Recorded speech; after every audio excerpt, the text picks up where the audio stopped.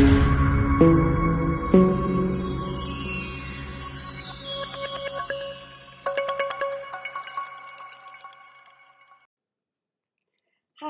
it's Erin and Simon with Assets and Arbitrage. We have a great show for you today. This show is going to be about a program that we use, but really it's for our kids, so it's a great long term opportunity. I think it's great for kids, grandchildren, nieces, nephews, et cetera, et cetera. And we also think it's a great way to start that generational wealth Hmm. building. Yes. So the name of the program is. That's called the Sun Exchange. Mhm. Right. So, we're not, they're not a sponsor. We don't work for them or anything. We just think this is a program that we've been using for the past couple of years, and it has been very beneficial to us. It's a way to stack sats, kind of, on the side, kind of like a set it and forget it type of system. So we just wanted to talk to you a little bit about the Sun Exchange, their program, the benefits and the things and the ways that it can help you. Mhm. I think this is something great for families who have multiple children, multiple Hmm. grandchildren, Hmm. because the premise of it is that you buy solar cells. So you can buy an individual cell or you can buy the whole panel. You can Hmm. buy as many cells as you like. Or like I said, a whole panel. And it's easy, it's an easy way to kind of divide up the wealth for children.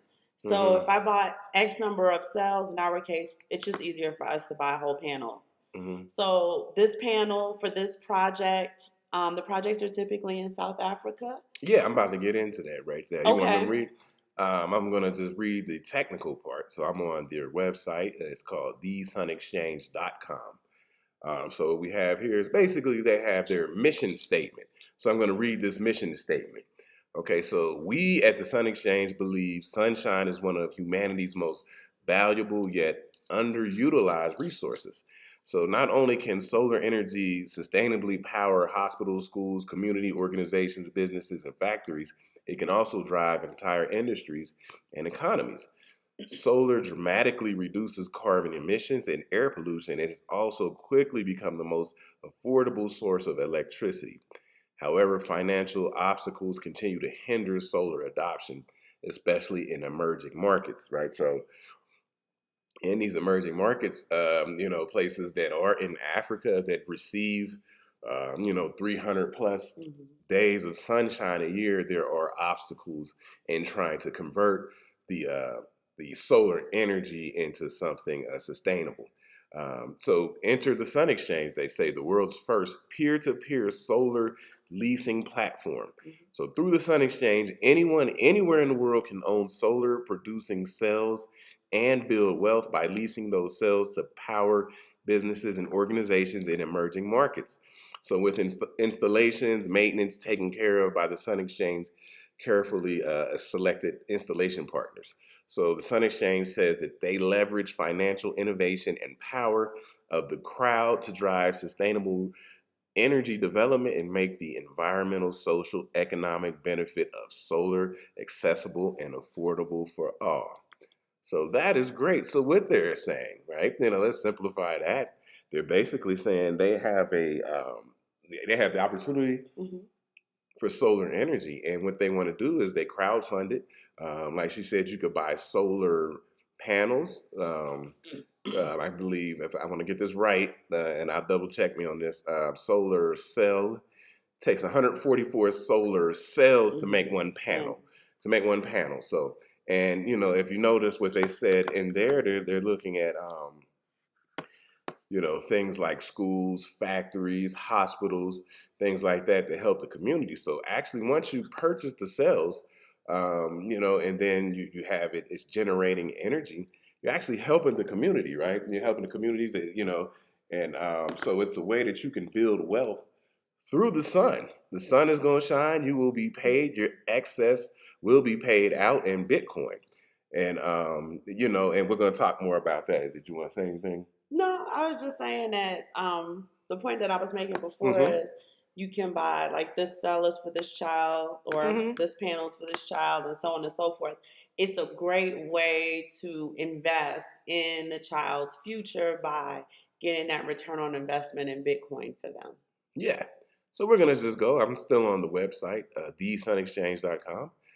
They're talking about how it works. So we'll just read off how it works, right? So number one, first thing you got to do, sourcing their solar projects. So Sun Exchange identifies schools, businesses, organizations that want to go solar.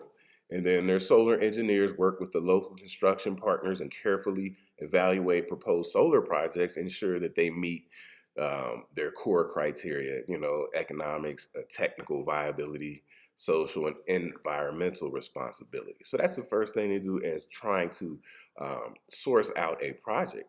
So once they've sourced out a project, they will open something that's called a crowd sale, right? So there's a certain amount of solar cells available for purchase. So they'll open up a crowd sale. So two, so what do? So this is where it comes in for us. We can buy the solar cells. So once solar projects have been accepted as viable and responsible, they run a crowd sale for the solar cells that will power the project. So any individual organization anywhere in the world can sign up to be a Sun Exchange member and buy solar cells, even starting with a single cell, right? Like I said, so one cell, you can purchase one cell, right? And then 144 cells will make a panel. So you can purchase a whole panel. That's what we prefer, to purchase whole panels. Just just because that's how we like to get business done, right? So the third part. So say you went on a Sun Exchange, you signed up, you bought a panel, bought some panels, right? So the third thing is what'll happen is, once a solar cell crowd sale sells out, right? So they sell out. You can go on the website, you can see how much percentage it is that's being sold, how many are there still left for purchase. So once it's sold out, installation of solar cells begins. The appointed local construction partners install your solar cells, which typically takes, they say, 4 to 6 weeks, but it could be longer for larger projects. So then you have the project is sold out, and there is installation. And then the fourth step, which they say effortless solar income. And that's what we like, right? So then you generate and sell clean energy. Schools, businesses, organizations pay you to use clean electricity your solar cells to produce. Your lease starts when your solar cells start generating electricity. You'll receive your monthly solar income net of insurance and servicing fees, of course. They got to get their cut as a business, into your Sun Exchange wallet. So they set you up with a wallet where the excess solar energy is paid back to you in Bitcoin. So you have your Sun Exchange wallet in your choice. Now you could also choose local currency of the project and or Bitcoin. Your Sun Exchange dashboard keeps you up to date. Your solar projects, your cell earnings, your clean energy, the generation of kilowatts, the amount of carbon your cells offset, and your Sun Exchange wallet and balance payments and withdrawals. So this is like, it sets it up with a wallet that you can withdraw from at any time. So I just want to clarify something when you get into these solar projects, because this is in South Africa. You will be purchasing your solar cells in ZAR, which is the South African Rand. Um, and just so you know, because you can receive your payments back in the Rand if you would prefer over Bitcoin. But we're here about Bitcoin. We want to get the solar energy, and we want to turn it into Bitcoin. I was just laughing. To each his own. Maybe you Right. want some rands. Yeah. But I mean, this is a long-term project, so this isn't flipping money overnight. Mm-mm. Okay, so that we need to make that extremely clear. Yeah. And that's why we say we actually love it to get the children involved. We do have panels for grandchildren who do not exist yet. Mm-hmm. Right? It's just panel A, panel B, and we just keep dividing it up amongst the children, the grandchildren. So it's a great gift, I think, too, if you wanted to get someone like a graduation gift. Just trying to find different ways to introduce the concept of generational wealth building into the lives of friends and family members. So this is something that we're going to highly suggest and highly recommend that you look into to see if it's something that you can utilize for the long term. Yeah, this is like what we call a long play. We did a show a few weeks back called Time Preference. So this would be something of a very low time preference because, you know, like she said, it's a long play. It's going to go out 10, 15, 20 years. The contract is 20 years, but you can sell anything from your wallet whenever you're ready. So, and they send you monthly statements. They let you know how much, you know, like they said, your how much the solar panels that you purchase, how much they have helped with the carbon efficiency, right? So they, you know, it's a way to actually also help the environment. You know, you're helping the environment. You're also helping in the community. You know, for my people out there, it's a way to have some sort of investment in the continent of Africa. You know, so if you want to invest in Africa, mainly South Africa, and they do projects in Zimbabwe. So you would be investing in those two countries. So it's a way to invest in the diaspora community out there in Africa. It's a really great company, you know, and you should just check it out. And I'm going to read about some of their projects. So they have three, right now, they have three open projects. So we can look at the first project. So this project is almost closed. As I'm looking at it, it has 95% of the solar cells are sold, right? So, but we'll just read a quick thing about this project. So this is a project. It is a primary school that is situated in of the slopes and the mountains of Cape Town, South Africa. The school strives for excellence in all aspects of the school life to create happy and united environment that serves the community. It is a decision to go solar is driven by their desire to create sustainable energy future and care for the surrounding environment. So the benefits they say and the impact that it may have is this will be Sun Exchange's first solar plant equipped with a battery storage system, meaning that they can keep on teaching even during routine power cuts that are impacting education all over the country. So by purchasing solar cells of this project, you will positively impact education in South Africa and earn with a purpose for 20 years. A solar plant will cut the school's energy bill and significantly reduce carbon emissions, right? So that's what we're saying. You can actually invest, make money, you know, Bitcoin, and also help the community out there in South Africa. Also, I was going to mention and I just read the quick thing because when you decide to get involved with these projects, you can download a PDF, which is it's going to be about 65 pages, and it gives you the very, very intricate details of the project. So you know you could be on top of everything that is going on. So right here, boy, I'm gonna get into it real quick. So now, if you went to buy the cell, there is 95 rand per cell, right? Which is you know. Look at that. Yeah, let's look it up. I believe it's getting close to 4, but it's 95 rand per cell. So she's gonna look it up for me. And you can buy the cells. You can buy, you know, as minimum as one, but you can buy the whole panel. This project is basically sold out. There are some sales left. There are two other projects that are open for purchase. So let me go back and see what they are. So it's 60 cents to 1 rand. And then how many rands is it? 95? Yeah, 95 rands. That's $5.66 per cell. Yeah, so it's almost $6 per cell if you're going by the South African rand. And that's a school that they're doing there. So, you know, and they do a lot of schools, you know, things like that. They do nursing homes, other things like that. You know, things for the community to help the community get sustainable, use solar energy since you have a place like South Africa has so much sunlight available on a daily basis. So yeah, so it's basically for commercial buildings, so you get the volume. But this is one of the reasons why we tell you guys you can do whole panels because it's really not that expensive per cell, but you do have the choice to do as many cells as you like or as little cells as you like. I'm going to read another one. So they have another crowd sale.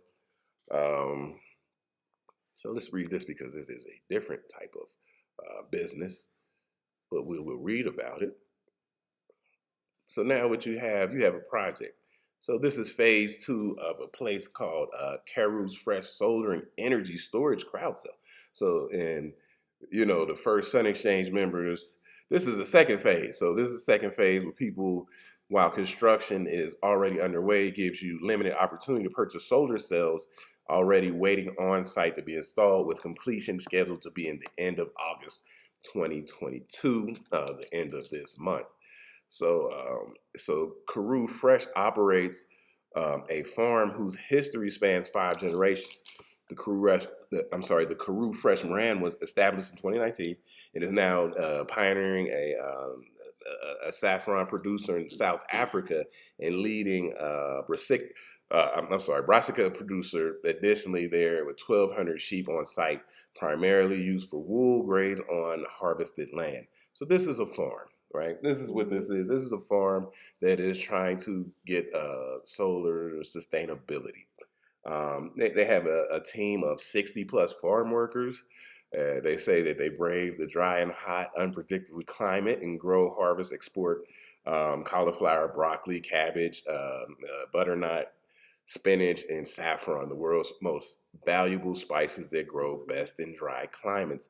So this is a great place down here to be to have this farm, right? To have these type of things that they can grow. Did you want to say anything?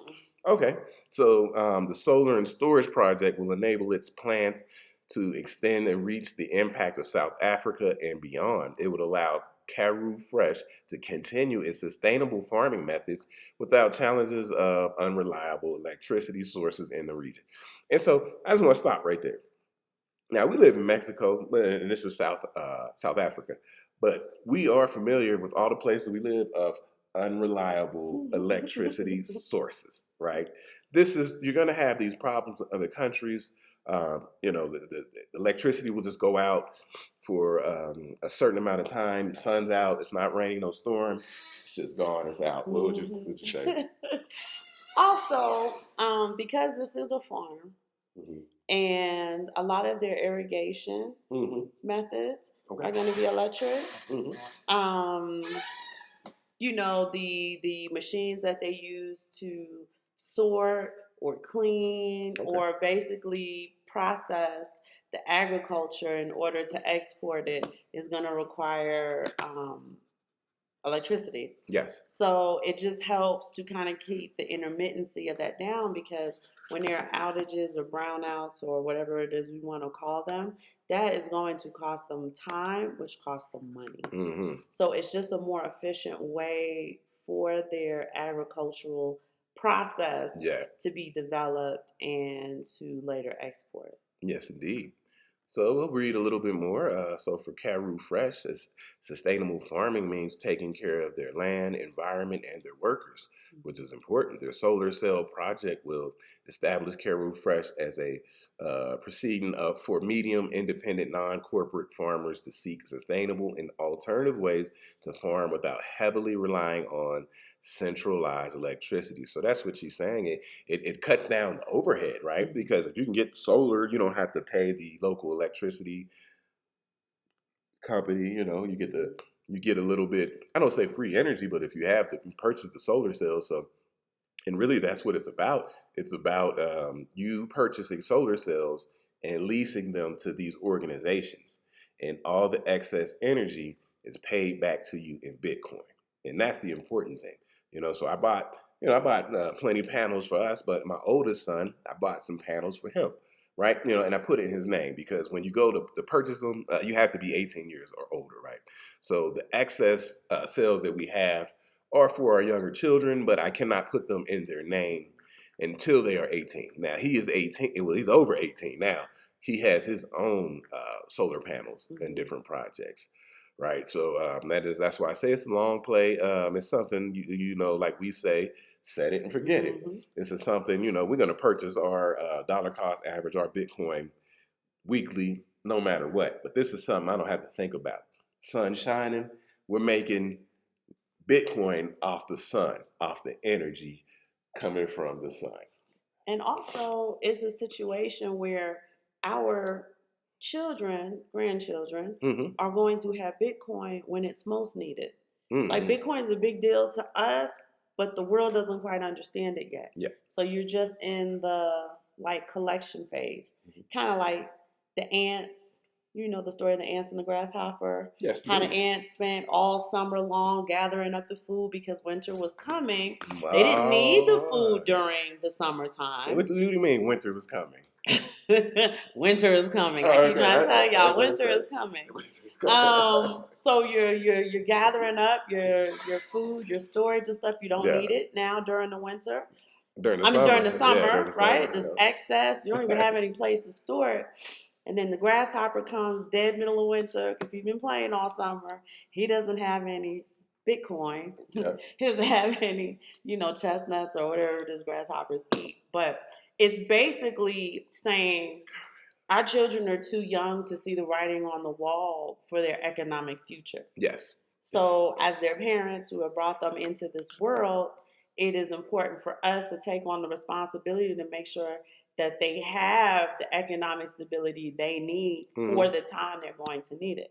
Yeah, I mean, as they say, I haven't checked, but as most people say, I guess the last Bitcoin will be mined around 2140, Mm-hmm. something like that. So Mm-hmm. in 120 years from now, something. And you'll have family members who wouldn't have had the opportunity to buy it, right? So because it's gone, and then it's a finite amount. So what we try to do is just buy as much as we can and pass it on to our family members so that we have some for. And like I said, we're thinking 100, 200 years in the future.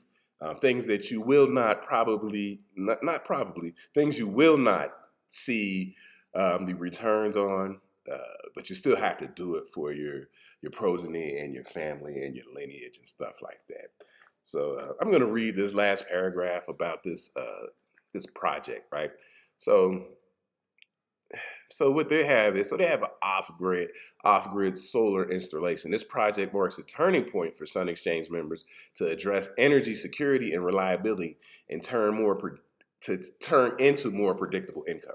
So the lease payments you will receive from your solar cells purchased through this crowd sale will be amounts each month. Like I said, what they do is they send me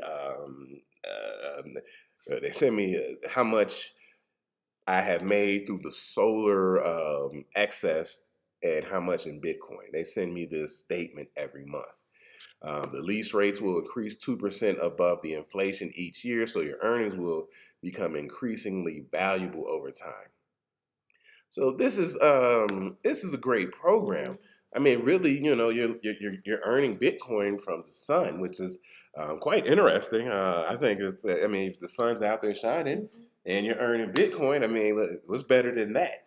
So I mean, it's not like I say, we don't work for them. They're not sponsored. They didn't ask us to do this. It's just something we've been using for a few years, and it's been very helpful to our family. Mm-hmm. It's something we have been wanting to talk about, but we get to talk about other things. But hey, let's talk about the Sun Exchange today. I don't have anything else. Oh, okay. Well, some other things I wanted to talk about. Well, as far as the Sun Exchange was just I mentioned the low time preference of it and how you can use the sun to build the Bitcoin when you have these people Mm-hmm. who like we still have to deal with them with their FUD. Oh. Okay, Bitcoin's not anything. It's not anything tangible, and they don't kind of understand that Bitcoin is from the mining standpoint, comes from energy.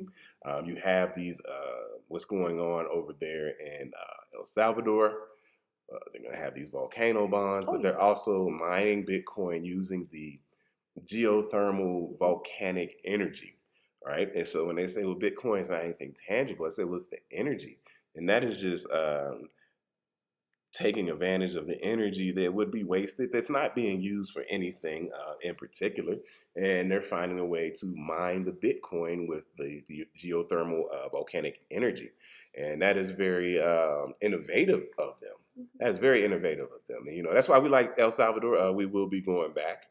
I was going to talk about a couple other cities if you want to, or if not, I'll let Aaron speak on things that it's just whatever you feel like talking about.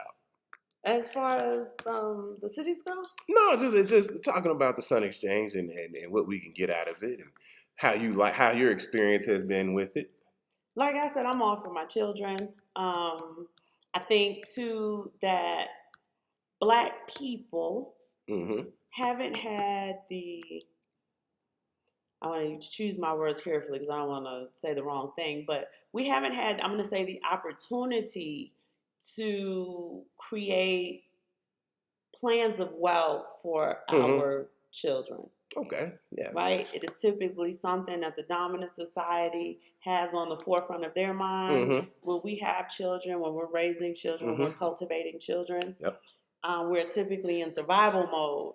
So there are no like, we're not planning for the future. It's like, I just need to make it till you're an adult and then you got it from here. And that's what we would like to come away from. Yeah. We want to kind of move more into, we sit down, we talk to the children about the Sun Exchange. Mm-hmm. We show them their panels, where they are. The kids always have a lot Yep. of questions, especially the little one. Yeah. He's got a lot of, it's a school? Can I go to that school? Can I see the kids at the school? So we sit and we talk to them about the things that we're doing for them, because that needs to be mirrored to them so that they know when they have their children, Mm-hmm. they have to have long-term plans Exactly. for their children. Now, granted, we do have our blueprint for our grandchildren because we have panels for them just to help get the kids going. It would have been nice if our parents kind of said, not only am I going to get you going, your girl, I didn't know you were going to have so many kids, but I know you're going to have at least a child. Let me kind of also have something in place for the child. We want to leave more than GoFundMe's for our children when we transition and when we're no longer with them. Um, so that's one of the main takeaways for the Sun Exchange. And again, like you said, this is a very long term program. We're talking decades. Mm-hmm. So it's really something that you can do now. It doesn't cost much. The project in particular that he had mentioned, the elementary school, because I didn't look up how much the farm was, but the Yeah. elementary school is only $5.66 Per cell. U.S. dollars per cell, right? And it's a situation where you kind of sit, you do the math, you say, like, you can even just buy 10 cells, Mm-hmm. right, for Right. a little less than $60. Right. And just keep building and building until you have panels, and then you can divide that up. You can buy it for yourself. Is this a retirement plan? No. No. Right? So like let us make that clear. We have multiple programs and Right. investments that we do with the children. It's just one more investment you're adding to your investment portfolio. Mm-hmm. It is clean carbon footprinting. Yes.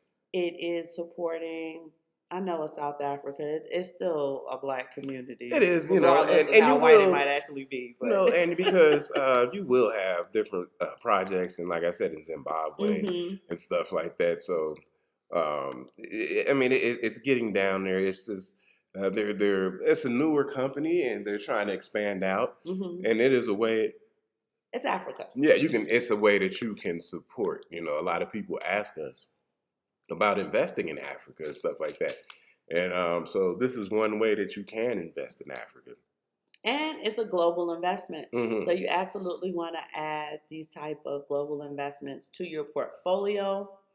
It's also very simplistic. Mm-hmm.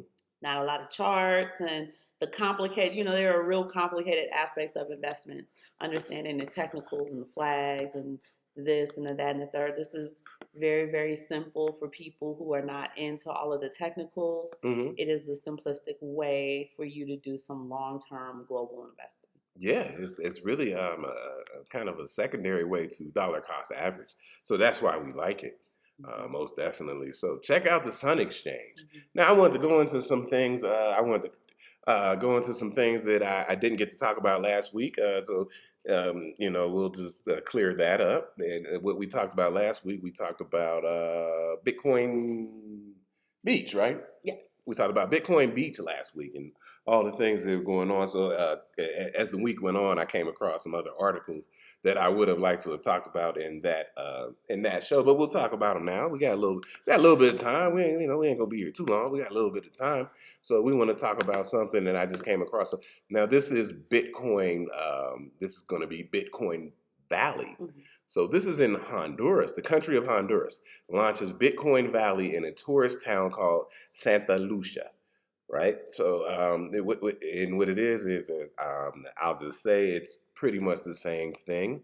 You have a project in the Honduran tourist enclave of Santa Lucia, through which the country has entered a digital currency trend. The small town is in the mountains. It's 20 minutes from the capital. I'm sure you are familiar with the capital of Honduras, Tegucigalpa, and has become a Bitcoin city. Did I say that right? Did I say that right, or did I say it wrong? Nobody knows the capital. Okay, all right. So owners of businesses, big, small, in Santa Lucia are adapting to handle cryptocurrencies as a payment and hoping to attract more tourism. It will open more opportunities and attract more people who want to use this currency, said Cesar Andino, manager of Los Robos Shopping Square. So the Bitcoin Valley project target is 60 businesses. That's a lot of businesses in a small place like that, Santa Lucia, to initially get trained and adopt cryptocurrencies to market for a product and services, expecting to spread these practices to more enterprises in nearby areas.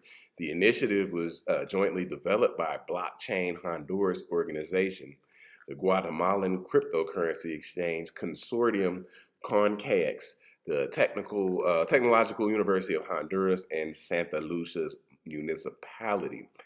So a professor from the Technological University, Ruben Velasquez, says that Santa Lucia's community will be educated to use and manage cryptocurrencies and implementing them in different businesses and regions, generating crypto tourism. So let's stop right there. That was important. Crypto tourism. So we've been talking about this, but crypto tourism is a big thing. People are going to El Salvador. People are going to, where Costa Rica. Mhm. They're going to go here to Honduras. And that's what we do. We're going to take trips. It's crypto tourism. We're going to go to Puerto Rico. People who are very into cryptocurrency are looking for places that are crypto friendly. So now you're going to have these things, and we're going to talk about a couple other things, but and see what they all have in common. Did you want to say anything? That they're just building up communities to support your interest Mm-hmm. in crypto, but they're telling you, because I don't want to say America's not interested, but I think I'm surprised by how slow adoption in the US is, and how many people still have no idea in the US what crypto is. And you have these small emerging markets like, hey, we want you to come visit us. We're going to support your interest in crypto. Mm-hmm. Interesting. And understand what we're talking about, because I'm going to talk about one more. Well, I got two more to talk about. Now, it's a place called Bitcoin Lake. So what we have? So we got Bitcoin Beach, we got Bitcoin Jungle, we got Bitcoin Valley, now we got Bitcoin Lake. So where's Bitcoin Lake? Bitcoin Lake, we're talking about, is going to be outside of Guatemala City in Guatemala.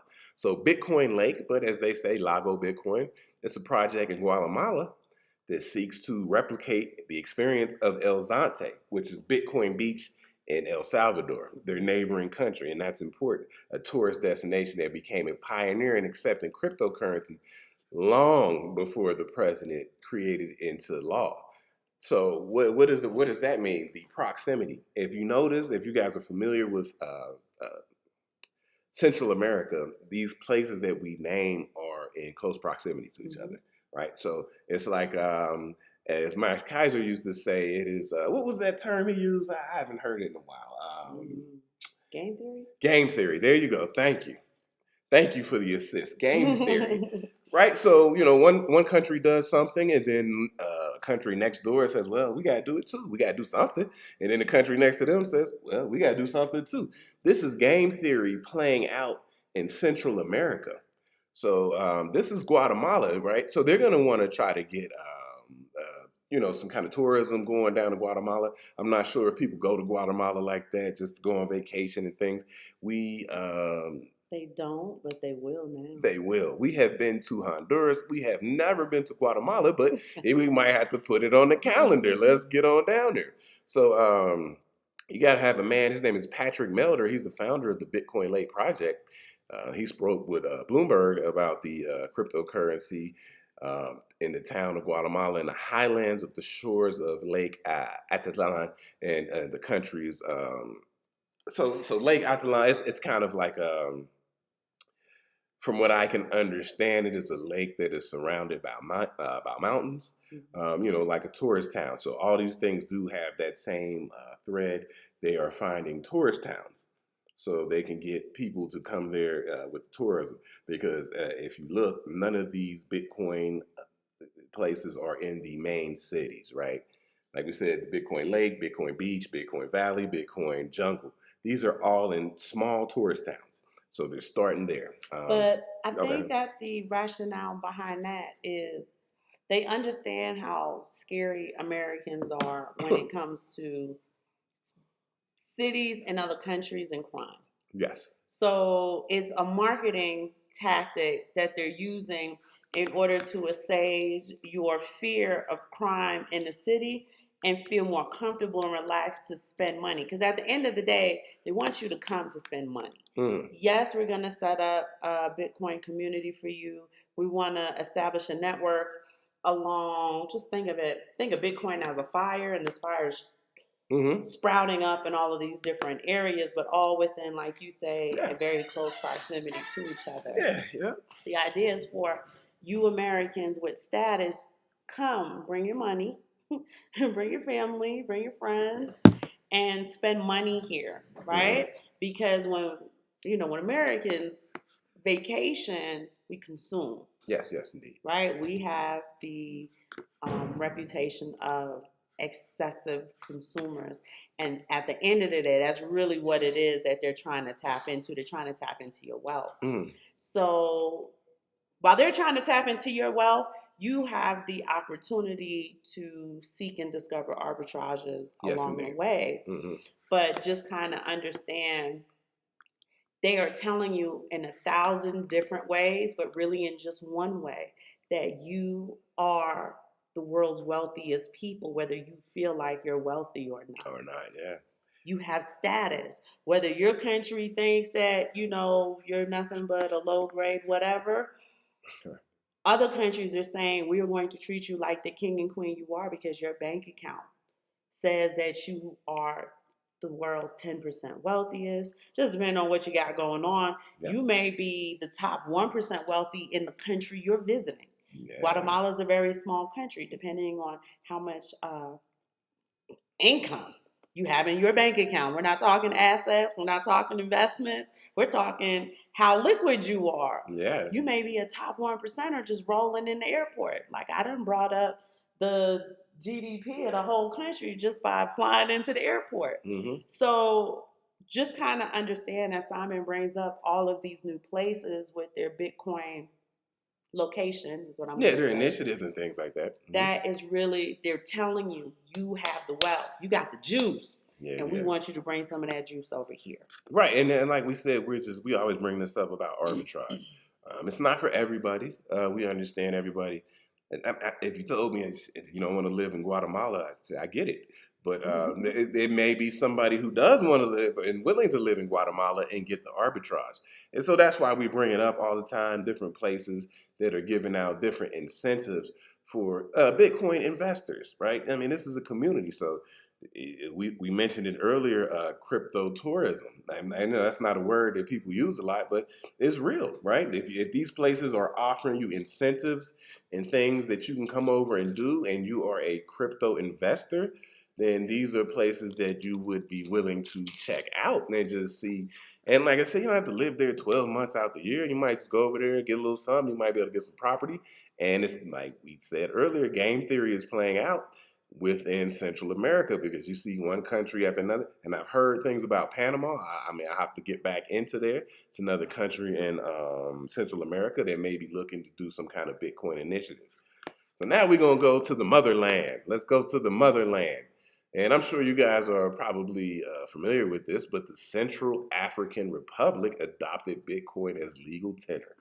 So the Central African Republic's decision to adopt Bitcoin as legal tender came as a surprise to many, but the government argues that it will secure independent financial future for the country. And this is coming from a BBC article.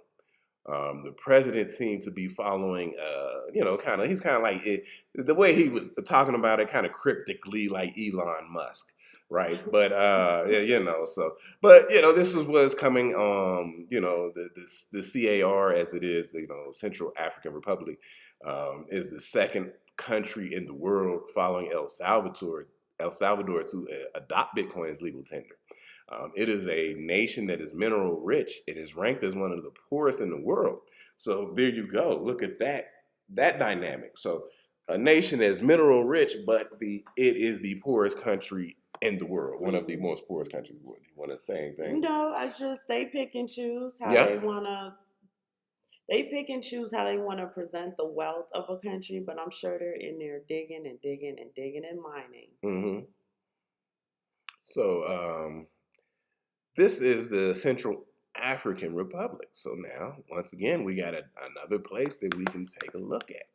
And we're that's on the motherland, right? So, and I know it probably to people, it doesn't sound glamorous. Like, when I move to the Central African Republic, do I want to take a trip there? But you know what? Like we said, this is about taking business trips. They are offering you incentives, right? It's legal tender. And then you can go over there and maybe get some things going on over there. So Africa having maybe 54, check on me, but 54 countries in Africa.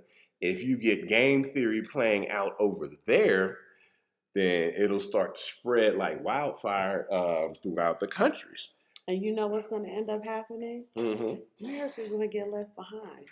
I'm watching how things are playing, and they say pride goeth before the fall, because what's happening is emerging markets are willing to try new things. Yeah. Whereas already developed nations are kind of like, yeah, we don't need that. And if you ask me, and I don't know, there's a definition, but if you ask me, Central African Republic would be a frontier market. Oh yeah, frontier. So they're not even emerging yet, but they're catching they're trying to catch this early, and that's a smart thing to do. And this is another great place to look into the continent of Africa, Central African Republic. I really like it. Let me see. Is there anything else in this article? Yeah, so it's basically a place that is mineral rich. So that's important. That's important because now all of a sudden there could be a merge of the Bitcoin and the amount of minerals that they have, and also because people could come over there with different crypto initiatives, maybe backed by the minerals, and give that country. Because it says the Central African Republic has significant deposits of diamonds and gold, as well as other minerals, and Bitcoin is seen as an easier way to attract investors to the country. So, you got something that's mineral rich with tangible assets, also accepting a digital asset as their legal tender. That's great. That's good. Yeah. And if they're mineral rich, that means the agriculture is better for you. So if you're eating there, you're just health-wise, you're going to do a lot better. There's soaps, all of the stuff that comes from the ground that you're going to be using. But how can a country that has all those diamonds and all of that gold be the poorest country? Well, damn, that's a whole nother show. We would have to. But you understand what I'm saying, and they do that so that they can get in there and gut it, and then it really is poor because we just haven't figured out efficient ways to mine it. He's there in the picture with Putin. Yeah. The nations are rallying around to see who can get their hands on their assets, their minerals, their deposits. Yeah, and this is an article from BBC.com. If you want to check it out. It's good. This is the first country in Africa, the continent of Africa, to accept Bitcoin as legal tender. So here we go. We got a place that, you need to go. People often ask us about Africa, where you should visit. This looks like a place where you may want to take a business trip. You may take a business trip. We spoke about South Africa with the Sun Exchange. Take a business trip there. We always talk about just taking business trips with intention to these different countries, just to see what is going on and what benefits and arbitrage that you may have. Yeah, that you can discover. You never know. You may come back with a business idea, and next thing you know, you have your business operating and thriving in a country you wouldn't even think to visit. Also, when they say that that's a poor country, that is a way of basically telling them. When I say retail investors, I'm talking about the everyman. There's nothing here. You know what I mean? Like, it's a way to discourage the everyman, because you can't tell me in one sentence that it's rich with deposits such as diamonds and gold and silver and this and that and the third, and then say it's the poorest country, because it keeps people from visiting, from coming with your money to see what's happening there while they go behind the scenes and they gut it. So when you're dealing with the media, you have to be able to read in between the lines. You got to read the labels. Yeah, and that's why we say, boots on the ground. We know a couple people. I don't know anybody in Central African Republic. We have a couple people we know in Ghana and Tanzania and one other place. Oh, Nigeria. I'm sorry, Nigeria. So we know a couple people over there, and we try to ask questions and see how it is as far as their arbitrage. Dealing with Africa, because like I said, it's a continent of 54 mas o menos countries, and there's opportunity out there. There's opportunity out there, and if you want to take these business trips, we've pretty much been kind of in Central America and down to South America. That's a lot of our experience, and there's a lot of opportunities in those areas as well. There's areas in the islands. We brought that up before, at different places for definitely digital nomads and remote workers. So in the island, the Caribbean, there's opportunities there. There's opportunities in Asia. There's opportunities in Europe. There's opportunities everywhere for you to build out and get the arbitrage wherever you see fit. And that's all we try to bring to you. Like she said, it's not for everybody. I understand. There's certain people, things you can't just up and leave and go somewhere. You can't go to Kuala Lumpur, right? You got things going on in the United States. You can't just leave like that. But for the people who do have the opportunity to leave or try to, take these business trips, that's why we like to try to bring these opportunities to you. Definitely like to bring these opportunities to you, and just different ways to build wealth, save money on the arbitrage, use the savings to build the wealth. Absolutely. And it's just showing you what your options are. But like he said, it is, you discover what's best for you. All we're here to do is say, hey, look at this. Does this work? Maybe. It might be the greatest thing you've ever done. It might be the best decision you ever made. It may not work at all, right? You may have a failure to launch. You may be like, I tried that, and you know what? I have better gains over here to the left. So it's just an idea. We're just naming more places. You guys can add to your travel list. Things are also developing. So if you said, hey, I'm going to hold off on the Central Republic of Africa, just see how that goes. I'll look at it in about 3 to 5 years. Okay, right? Nobody's mad at you. It is a frontier economy, so it's not going to have the conveniences that we as Americans are used to. So I can totally understand that. Even Guatemala is probably it's a resort town, but we have to start kind of learning when we travel to not have the same expectation of service that we have in the United States, where you pay top premium price for it.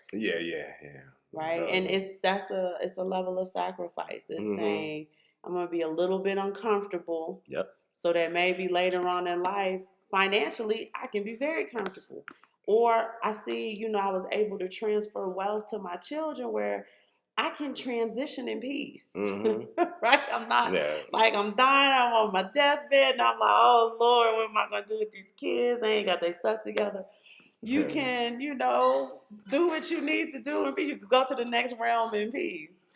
So, and I laugh when I say that, but I'm so serious, y'all, Yeah. because we're seeing a lot of people on the timeline transitioning, Yeah, most and it's definitely. GoFundMe after GoFundMe after, like, you ain't even know how you going to get buried, and it's not your problem. You're gone.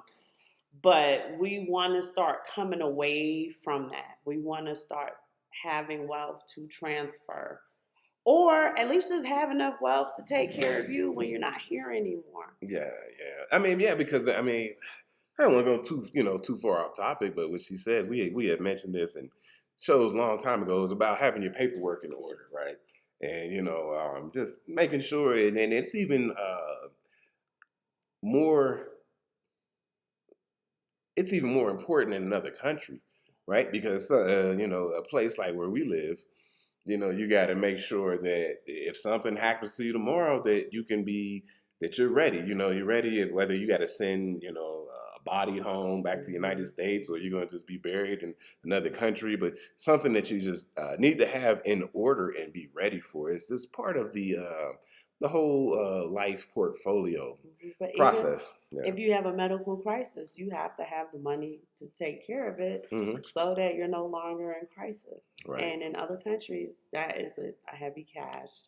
It's cash, It's cash. right? Yeah. Unless you have international travel insurance, which people typically don't have. Hmm. Or invest in international travel insurance. Make sure you have a good plan so that that's not the case. But also make sure that the country that you're going to accepts that international travel Yeah. insurance, Yes, indeed. right? Because you can't be misled with that. Like, well, we don't take that, even though it Hmm. is international, that kind of thing, where they may want that cash right then and there. Yes, indeed. And we're getting down a rabbit hole. But the whole point is just to see what can I do, especially as economic times are getting to become more and more uncertain. Hmm.